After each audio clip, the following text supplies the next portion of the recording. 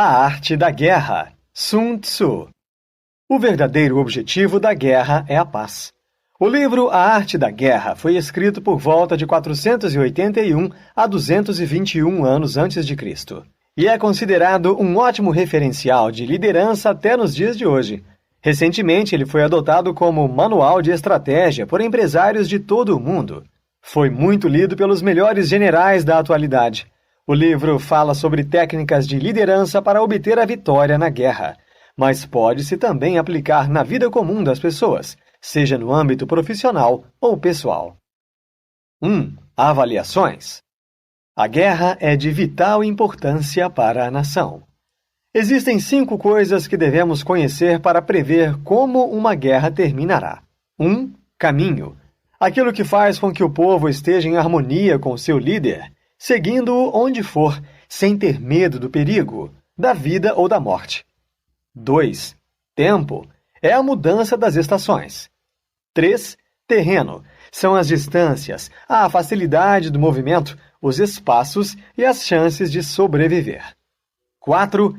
Liderança. Sabedoria, sinceridade, humanismo, coragem e disciplina. 5.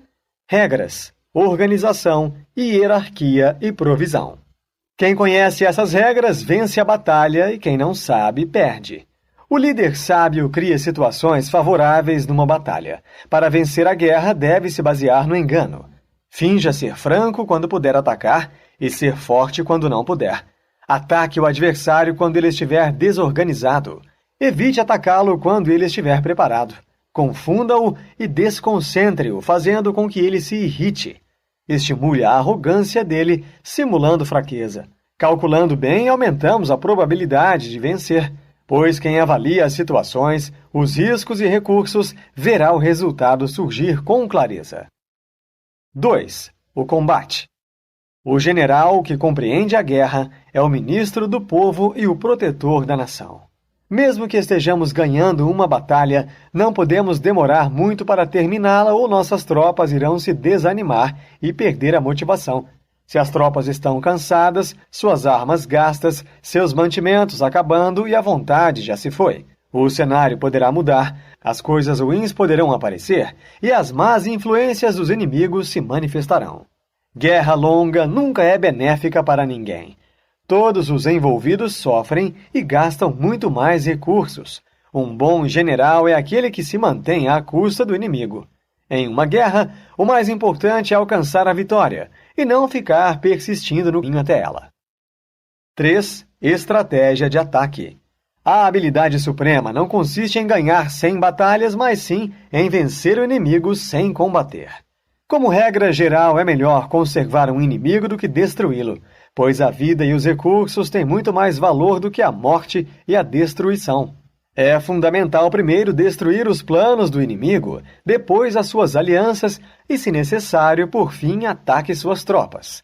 Quem ataca com pressa ou fúria, sem se preparar direito, vai perder muitos soldados sem necessidade. O verdadeiro líder domina um exército sem lutar, conquista uma cidade sem cercá-la e derruba um governo sem demora. 3 formas de um governante levar o exército ao desastre. 1. Ordenando avançar no momento de se retirar, ou se retirar no momento de avançar. 2. Interferindo em assuntos militares, que são a especialidade de outro, atrapalhando o especialista do assunto a desenrolar aquela situação. 3. Se intrometendo na cadeia de comando, ignorando seus problemas e instaurando a incerteza entre os oficiais. Conheça não apenas a si mesmo, mas também ao inimigo, e então, em todas as batalhas, você nunca correrá perigo. 4. Preparação. A invencibilidade está na defesa, a vulnerabilidade no ataque. Ser invencível significa conhecer a si mesmo. Ser vulnerável significa conhecer ao outro. No momento desfavorável, defenda-se. Já no momento de abundância, ataque o inimigo. O que é conhecido por todos não pode ser considerado sabedoria. Um exército vitorioso primeiro ganha e depois luta.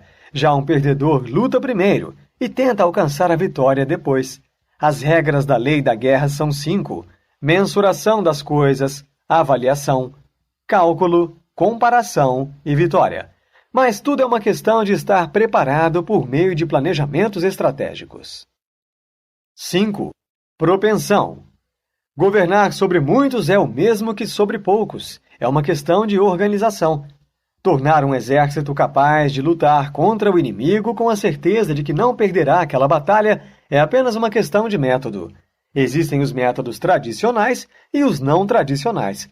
É necessário dominar habilidades de ataque inesperado pelos outros. São infinitos como o céu e inesgotáveis como os rios. Ordem ou desordem? Depende de como se organiza.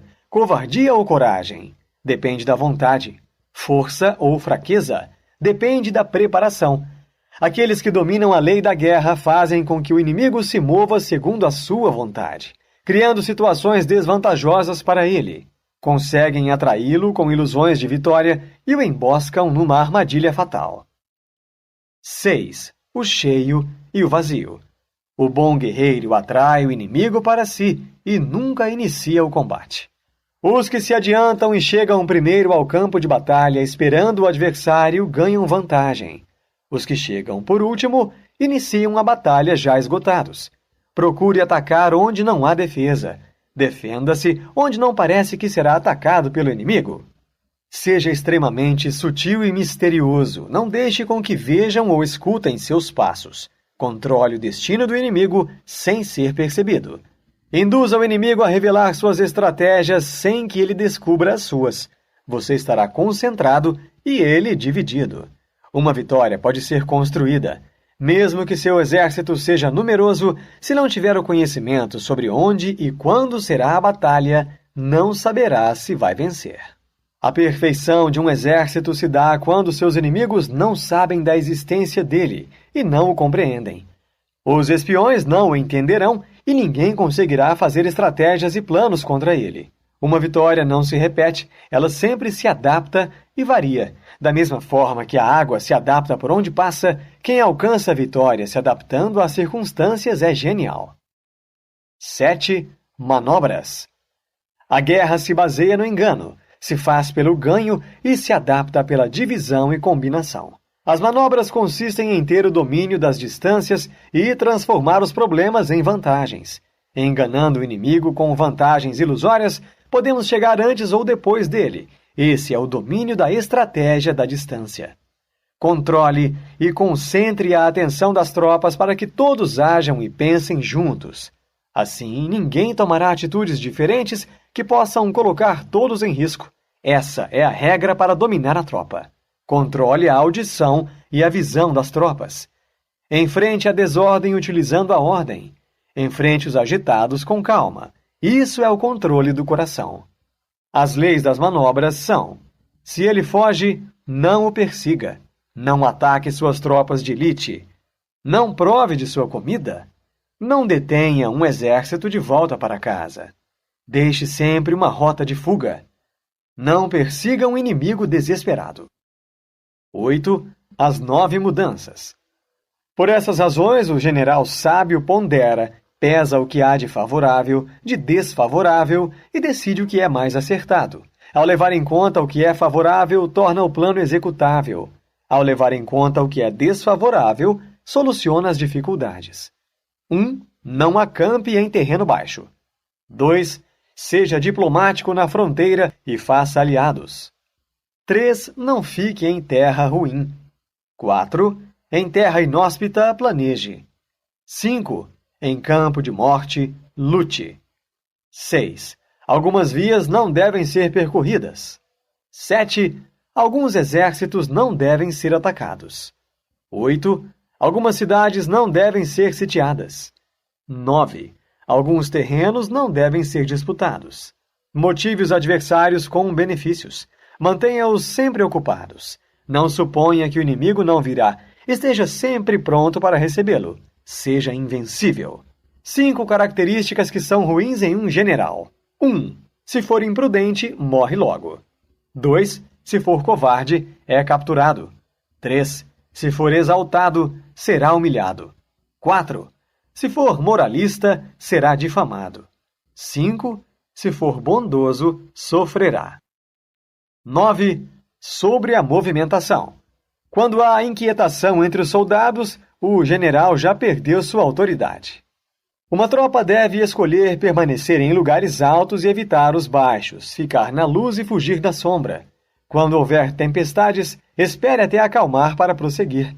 Mensageiros com palavras doces estão se preparando para atacar. Mensageiros agressivos quer dizer que estão se preparando para fugir. Mensageiros com justificativas razoáveis provavelmente querem negociar. Se um inimigo pede paz sem uma proposta, está preparado para traí-lo. Se houver inquietação entre soldados, isso mostra que o general perdeu sua autoridade. Quando há reclamações e falta de disciplina, é porque o general perdeu até a lealdade dos soldados. Um líder deve evitar ser agressivo. Quando as tropas são castigadas antes de serem conquistadas, elas jamais obedecerão ao líder. Mas se nunca forem castigadas corretamente, serão insubmissas. Quando as ordens dadas forem confusas, as tropas serão desobedientes. Mas se as ordens forem claras, confiáveis e justas, elas serão cumpridas, e o líder e suas tropas andarão em comum acordo. 10. O terreno. O bom general cuida dos seus como crianças, e estes o seguem até o mais profundo dos vales. Trate os soldados como filhos, e estes morrerão ao seu lado. Os terrenos podem ser classificados em 6 formas. Acessível, terreno fácil em se deslocar. Tortuoso, terreno fácil de sair, mas difícil de entrar. Indeciso, terreno desvantajoso para ambos. Apertado, terreno estreito. Acidentado, terreno ruim. Distante, terreno largo. Para vencer é necessário que estude o inimigo, meça as distâncias presentes nos terrenos e avalie as dificuldades e perigos. Um bom líder avança sem desejar a glória, se retira sem ter medo de ser castigado, pois o seu maior desejo é proteger e cuidar. Sendo assim, ele terá muito valor. 11. Os 9 territórios. A velocidade é fundamental na guerra. Não se canse inutilmente, inspire ânimo em suas forças. Faça planos secretos e insondáveis. Perceba os feitos de bravura que fizeram a diferença e torne-os regra. A adaptação constante vai trazer sucesso para administrar as tensões. Um líder deve ser silencioso, sereno, insondável e imparcial. Ele modifica seus planos e ações a todo momento, para que ninguém saiba o que realmente está realizando. Consegue levar seus soldados ao limite de seus potenciais. Um líder deve sempre estar examinando tudo. Deve testar suas forças para saber com o que pode contar. Precisa sempre pensar em todas as possibilidades e treinar sua adaptação constante, no cheio e no vazio. Observe sempre os planos dos vizinhos, pois se não o fizer, poderá não conseguir alianças no momento em que precisar. Para fazer com que um exército se torne como um só homem, dê prêmios generosos, faça o inesperado. Desse modo, motivará e terá o controle das tropas. Treine suas tropas sem que saibam que elas estão sendo preparadas. Coloque-as em situação de perigo, que sobreviverão. É dessa forma que se torna possível um exército converter uma derrota certa numa vitória inesperada. Adapte-se e mantenha a ordem para vencer. 12. Ataque com fogo. Um soberano não pode convocar o exército só por raiva, e um general não pode lutar apenas por vingança. Uma pessoa com raiva pode recuperar a serenidade e o ressentido pode ser apaziguado, mas um estado arruinado não se recupera e os mortos não podem voltar à vida. Apenas vencer as batalhas sem ter aproveitado a experiência e o aprendizado é o mesmo que perder tempo. Um líder deve sempre agir apenas dentro dos interesses do Estado, mas se não puder vencer, nem lute. Por isso o governo sábio é prudente, e o bom general é ponderado. Assim, o exército será mantido preparado e firme, e o Estado permanecerá seguro. Por isso se diz, bons governantes deliberam planos, e bons generais os executam. 13. O uso de espiões. Somente um soberano sábio e um general habilidoso são capazes de utilizar pessoas inteligentes como espiões e empregá-los, garantindo a realização de grandes feitos. Perseguir uma vitória durante anos numa batalha decisiva, desejando apenas riquezas, posições e status, é ignorância e imprudência. Ninguém sabe onde, quando e como os espiões estão exercendo suas tarefas. Por isso são considerados uma das armas mais preciosas. Quem não é justo, sensível, sábio ou esperto não poderá usar espiões. Precisa ser delicado e sutil para conseguir informações deles. Na guerra, as operações secretas são o que mais influencia as movimentações das tropas. Insights. Mesmo passando muitos séculos, as ferramentas para influenciar e liderar pessoas são muito parecidas. Aquele que trata seus liderados como filhos alcança o respeito, a lealdade e a admiração. Interessante como é fácil comparar um cenário de guerra com um cenário empresarial. Sempre poder contar com aliados faz a diferença.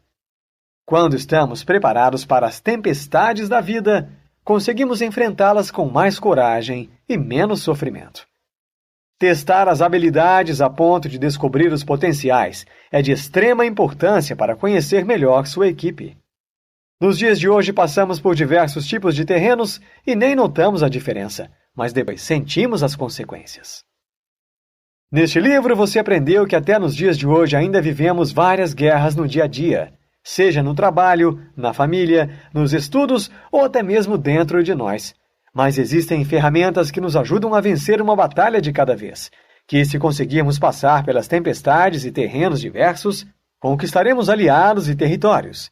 Sendo o general de nossas vidas, com respeito, lealdade e flexibilidade, conseguiremos alcançar a vitória dessas guerras com sabedoria, planejamento e controle. Devemos ser o líder que gostaríamos que nos liderasse.